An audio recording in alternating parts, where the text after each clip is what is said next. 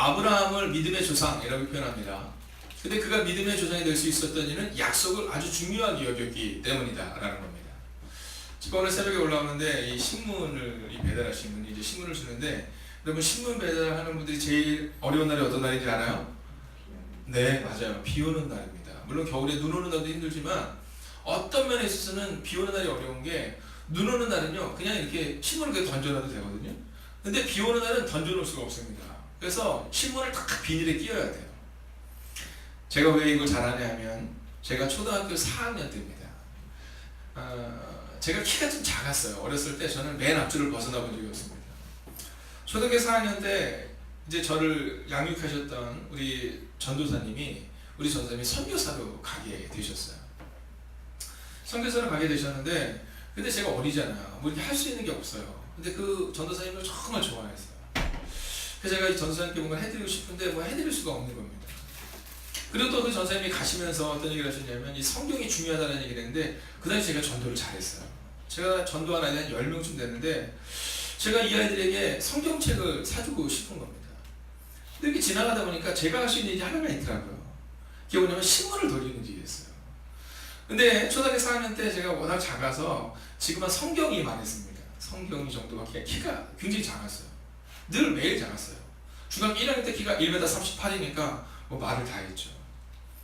근데 그때 그 초등학교 4학년의 그 어린아이가 이제 신문을 돌리겠다고 이제 얘기를 한 겁니다. 근데 제가 그 얘기를 집에 와서 하니까 저희 부모님들께서 뭐라고 말씀하셨냐면, 그거 좋다. 그거 좋다. 네가 할 일이 할 수 있겠구나. 근데 어렵지 않겠느냐 이렇게 얘기하시더라고요. 그래서 아니 할 수 있다고 이렇게 얘기하고 시작을 한 겁니다. 근데 그때 시작을 했는데, 그때가 언제냐면 이제 선교사님이 가실 때니까 이제 1월 달쯤인 걸로 기억이 됩니다. 겨울이잖아요. 겨울인데 처음에는 할만했어요. 왜냐면 작은 애가 신문을 돌리니까 막 가면 어른들이요 우유도 막 데워줍니다. 아이고 네가 어떻게 신문을 돌리니 막 우유도 데워주고 막 사랑을 막 주니까 할만해요. 근데요 눈이 오고, 그리고 좀 너무 춥고 그러면 슬슬 꾀가 나는 겁니다. 그 이제 가기가 쉽지가 않은 거예요.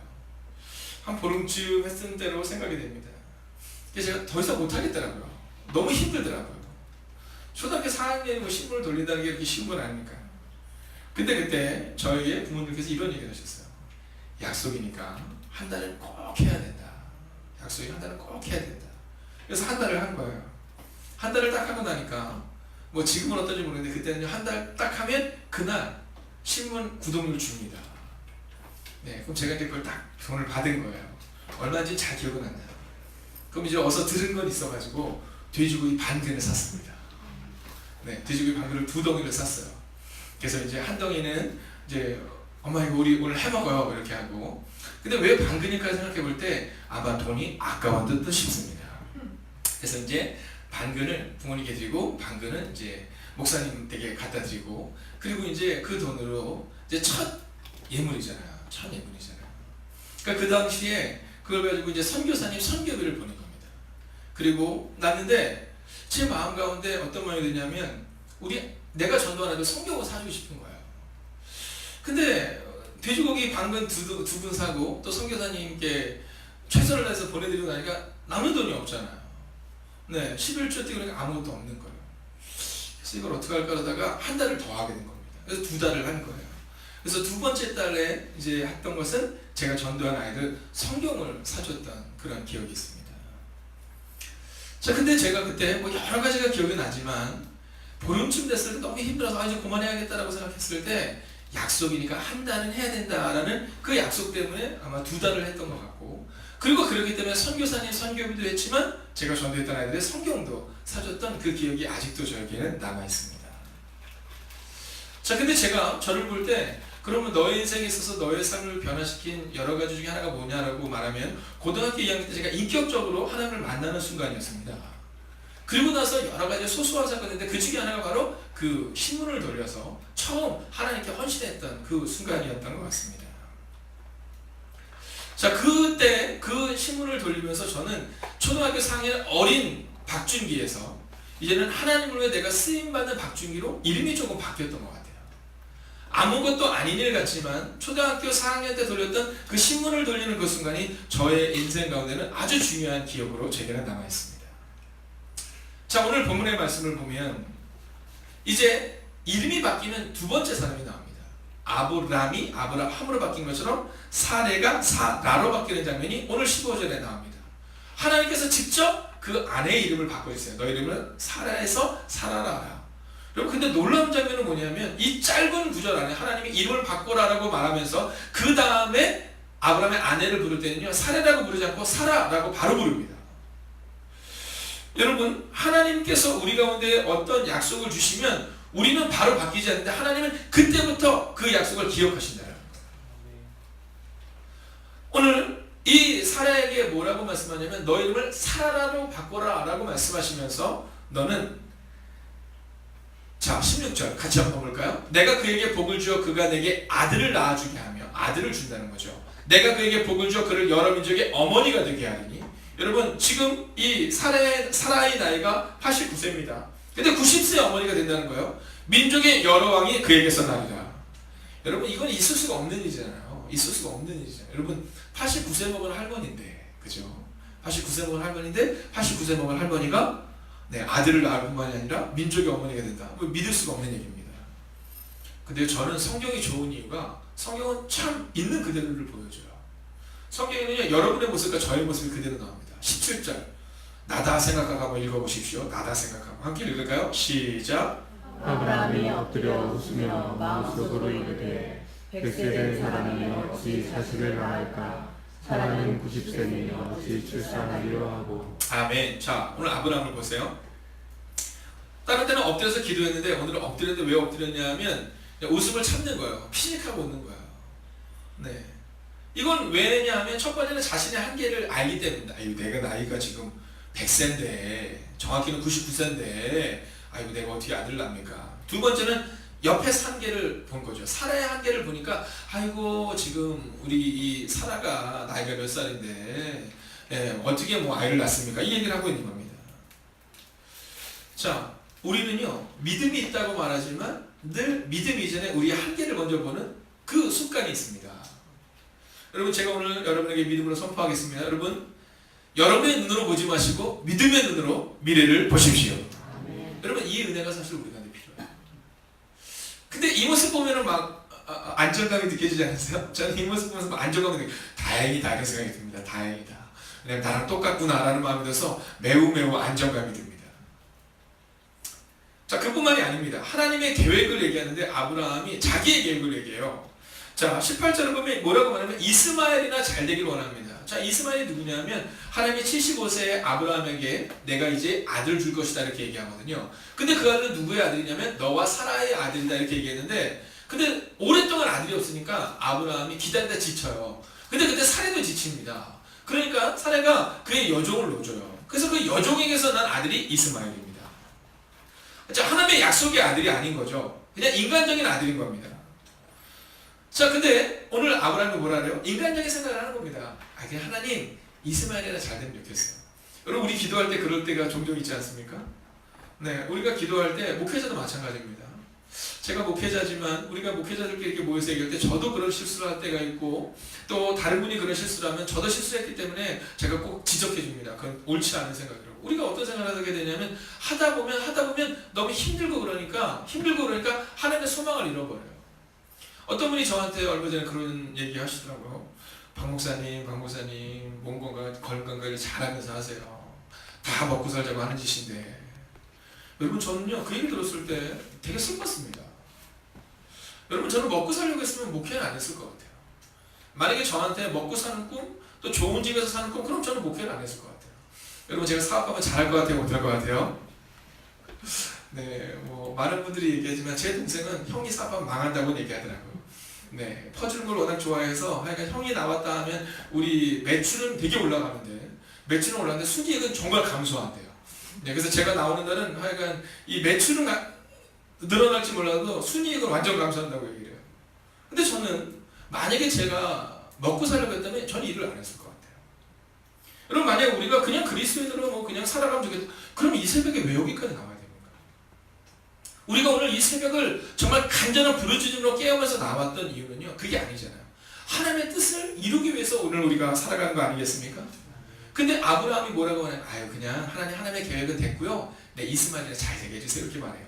여러분과 저처럼. 여러분 왜 하나님을 만나야 되는지 아십니까? 우리는 다 연약하기 때문이에요.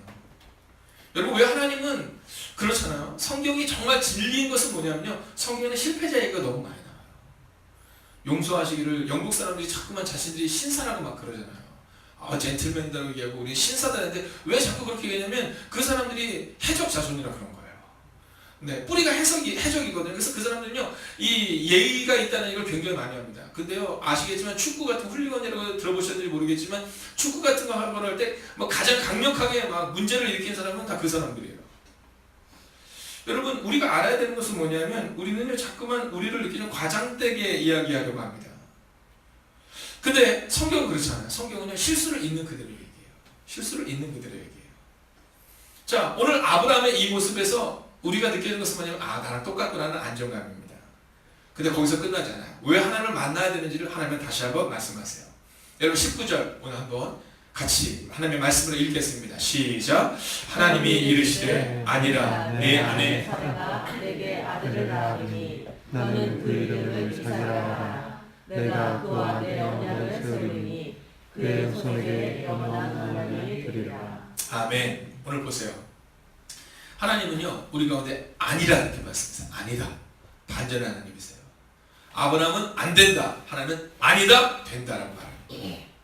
여러분 홍해 앞에서 이스라엘 백성들은 우리는 망했다라고 말하고 하나님은 아니다. 홍해가 갈라질 것이다 말하는 거예요. 여리고 앞에 섰을 때 이스라엘 백성들은 두려운 마음뿐이었고 하나님은 입을 닫아라. 너희는 된다라고 말씀하셨다는 거죠. 왜 하나님을 만나야 하는가? 바로 여기에 이유가 있는 겁니다. 우리는 안 된다고 생각하지만 하나님은 오늘 여러분에게 너는 된다라고 말할 것입니다. 사라가 반드시 아들을 낳을 것이고 그리고 내가 너뿐만이 아니라 사라가 낳아주는 너의 자녀를 통해 언약을 세울 것이다 라고 말하면 그의 아들 이름마저도 이삭이다 라고 정해주고 있다는 겁니다. 여러분 혹시 오늘 여러분의 마음 가운데 안 된다는 마음으로 오늘을 살아가는 분이 계시다면 내년 이맘때 하나님이 여러분의 삶을 바꾸신 것을 우리는 반드시 보게 될 줄로 믿습니다. 여러분 그것이 바로 21절의 말씀입니다. 21절 함께 읽을까요? 시작. 내 언약은 내가 내년 이 시기에 사라가 내게 낳을 이삭과 세우리라. 아멘. 할렐루야. 여러분 내년 이맘때 여러분 내년 이맘때를 기대하세요. 저는 이 교회 처음 왔을 때 내년 이맘때를 늘 기대했어요. 물론 여기서 말하는 내년 이맘때가 아브라함에게는 1년이었어요.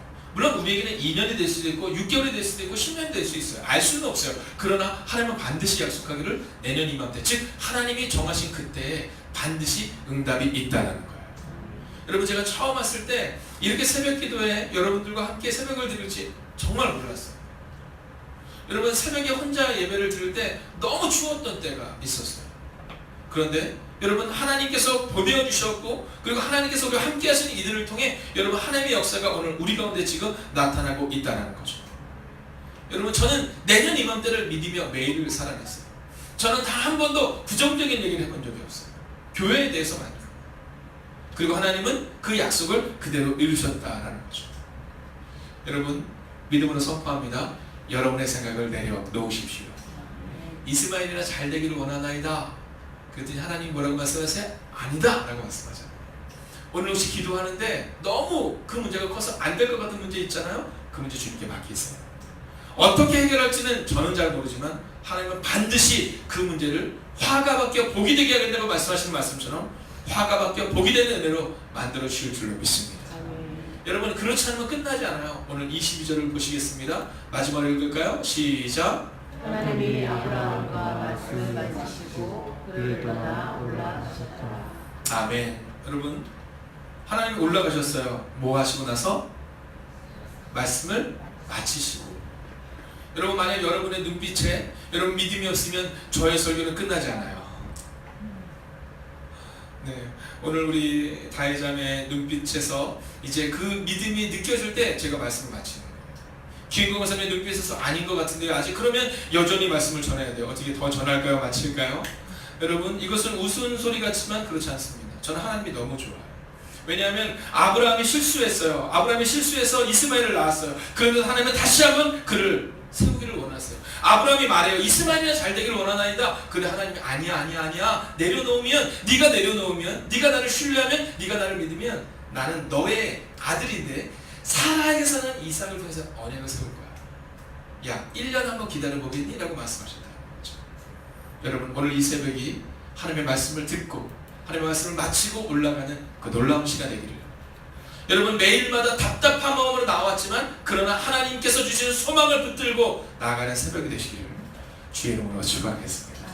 기도하겠습니다.